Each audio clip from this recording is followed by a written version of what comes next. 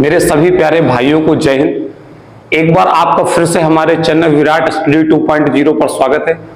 आज हम एक ऐसा टॉपिक लेकर आए हैं, ना तो ये मैथ का है ना ही ये रीजनिंग का है, लेकिन एक ये ऐसा टॉपिक है जिसमें भारत की आन बान शान के बारे में बताएंगे, भारत की एक ताकत बताएंगे जो आज पूरा विश्व देखने जा रहा है। उसके बारे में आपको पूरा तरीके से पूरी चीजें समझाएंगे। चंद्रयान 3 जैसा भी आप देख पा रहे होंगे थंबनेल में कि चंद्रयान 3 जरूरी बातें, जल्द लहराएगा चांद पर भारत का परचम। एक ऐसी चीज आपने देखा होगा कि 2019 में चंद्रयान 2 जो हुआ था असफल हो गया था। एक तरीके से असफल क्या करे, लैंडर तरीके से सॉफ्ट लैंडिंग नहीं हो पाई थी तो क्रैश हो गया था, तो प्रॉब्लम हो गई इसमें। लेकिन समय बीता, 2019 में हम विफल हुए, उसके बाद कोविड आया, कोविड पे धीरे धीरे हमारे वैज्ञानिक साइंटिस्ट लगे रहे। आज 2023 है और आज एक ऐसा परचम लहराने जा रहा है भारत, पूरा विश्व इसको देखेगा। न्यूयॉर्क के टाइम स्क्वायर में हर एक न्यूज़पेपर में भारत की प्रशंसनीय हो रही है और ये हम जैसे युवाओं के लिए एक मोटिवेशन भी है। जैसे हम लोगों युवाओं क्या होते हैं, जब फेल हो जाते हैं तो डिमोटिवेट हो जाते हैं, लगता सब कुछ खत्म है। लेकिन एक इसरो जो अपना भारत है, देखिए डिमोटिवेट एक बार फिर से कम बैक हुआ है और एक बार बहुत ही अच्छे तरीके से कम बैक हुआ, जिसमें असफलता की कोई चांस है ही नहीं लगभग। तो ये हमारे लिए भी एक मोटिवेशन होता है, जो हमारे देश से बाहर रह रहे हैं उनके लिए भी एक बहुत बड़ा मोटिवेशन है। एक प्राउड फील होता है कि हम इंडियन हैं और एक भारत की पूरी ताकत को एक पूरा विश्व देखने जा रहा है आज। आइए इसको समझते हैं, पूरे पॉइंट टू पॉइंट से समझेंगे कि एक भारत का एक इसरो का सफर एक साइकिल से लेके आज एक चंद्रयान तक जा रहा है। जहां एक साइकिल से स्टार्ट किया था हमने एक रॉकेट को ले जाने के लिए साइकिल से, लेकिन आज भारत के पास एक हर एक तकनीक की चीजें हैं जिससे भारत एकदम परिपूर्ण है। आइए समझते हैं। 14 जुलाई 2030 को दुनिया में देखेगी भारत की ताकत।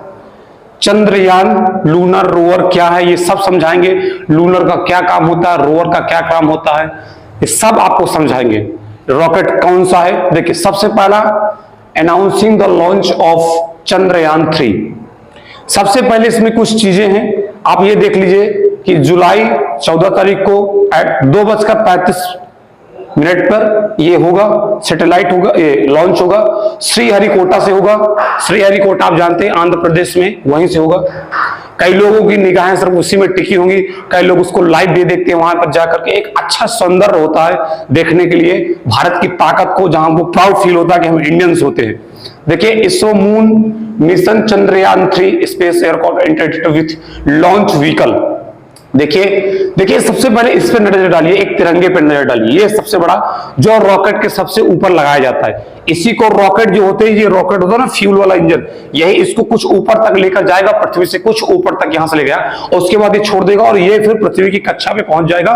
फिर वहां कुछ दिन गति करने के बाद ये चंद्रयान की कक्षा पे पहुंच जाएगा, चंद्रमा की कक्षा पे। इसको पूरा समझाएंगे। लेकिन ये जो आप देख पा रहे हैं, ये जो सफर है, देखिए ये आपको दिख रही होगी कि ये गाड़ी, आपको एक गाड़ी दिख रही है, इस गाड़ी पे लोड करके इसको ले जाया जा रहा है, गाड़ी पे इसको लोड करके ले जा रहा है। कहां हमारा एक सफर साइकिल से स्टार्ट हुआ था और आज कहां हम लोग एक गाड़ी से लेकर जा रहे हैं। मतलब एक ताकत है इसरो की, इसने बताया कि हम कहां से कहां अपनी इस ताकत को, और पूरा विश्व इसको देख रहा है, उसकी पूरी सराहना भी कर रहा है। आइए आगे समझते हैं।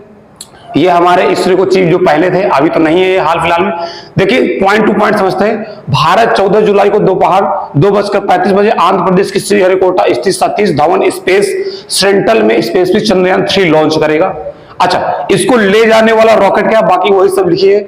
चीफ एस सोमनाथन, इस समय एस सोमनाथन प्रेजेंट टाइम पे चीफ इसरो के यही है।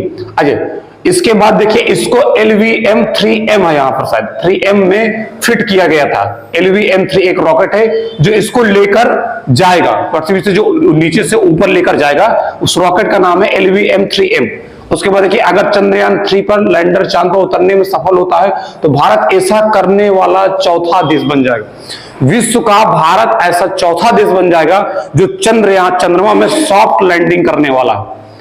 भारत ने 2019 में चंद्रयान 2 भेजा, लेकिन वो सॉफ्ट लैंडिंग नहीं हो पाया हमारा, तो उसकी वजह से प्रॉब्लम आई। लेकिन आज भी हमने जो स्पेस एयरक्राफ्ट भेजा था, जो हमने चंद्रयान 2 भेजा था, उस पर हमारा सिर्फ लैंडर और रोवर नहीं काम कर पाए थे, जिसकी वजह से हमारा विफल हो गया था। बाकी हमारी सभी चीजें सही। इससे पहले अमेरिका रूस और चीन, ये तीन ही देश है जो ये काम कर पाए, और ये चौथा मुकाम भारत हासिल करने जा रहा है। और सबकी उम्मीदें हैं कि इस बार पूरी तरीके से सफल होगा। और वहां के जो चीफ है एफ सोमनाथन ने, उन्होंने बताया है कि ऐसी इसमें तकनीक इस बार लगाई गई है कि अगर उसमें कुछ प्रॉब्लम आती है तो वो अपने आप से भी वो ठीक कर सकते हैं, लैंडर और रोवर अपने से।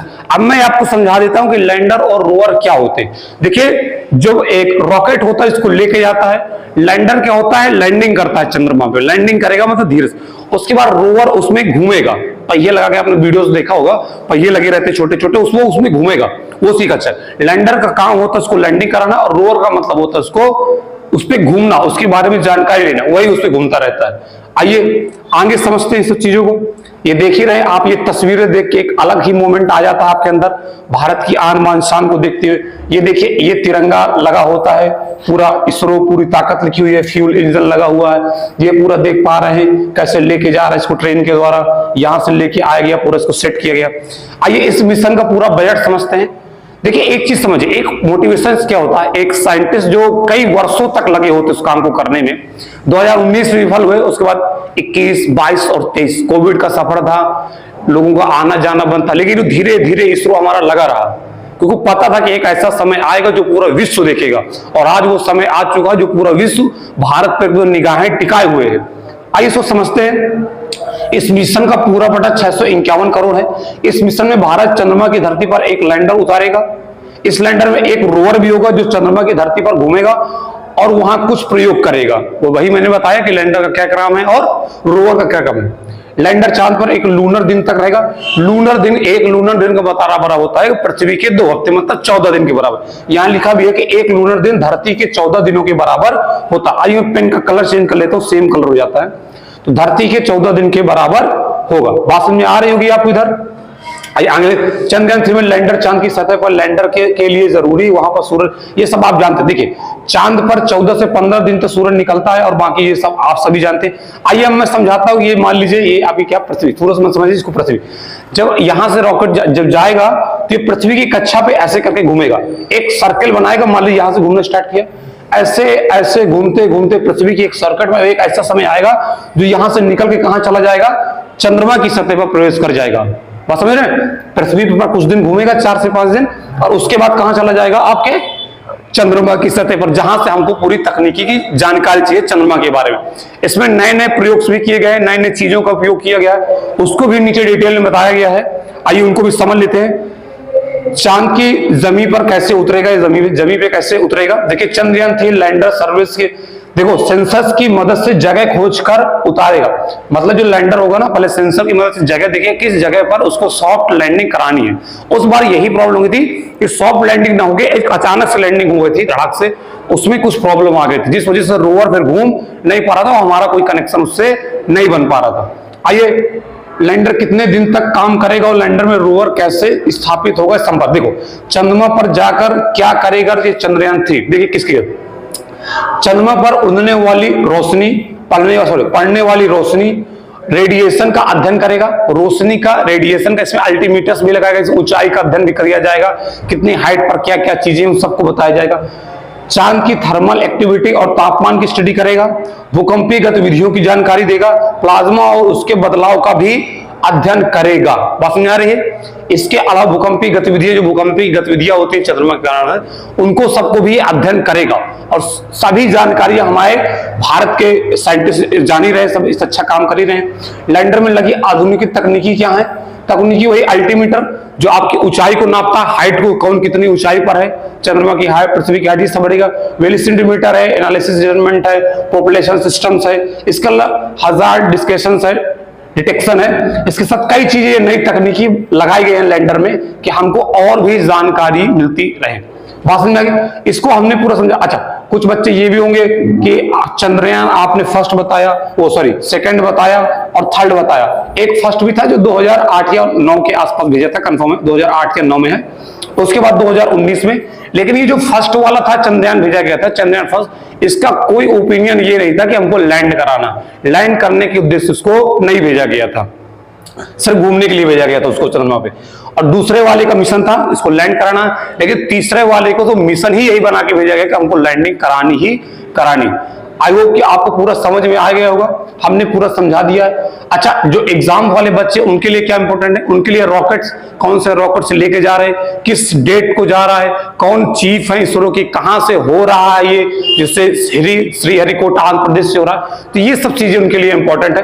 बाकी पूरे विश्व के लिए एक ये प्रशंसनीय कार्य है, पूरे भारत देश के लिए है, ये सभी हम जैसे भारतीयों के लिए, सभी के लिए प्रशंसनीय कार्य है, और हम जैसे लोगों की ही एक सराहनीय, जो भारत के बाहर भी रह रहे हैं उनके लिए भी एक प्राउड मोमेंट है।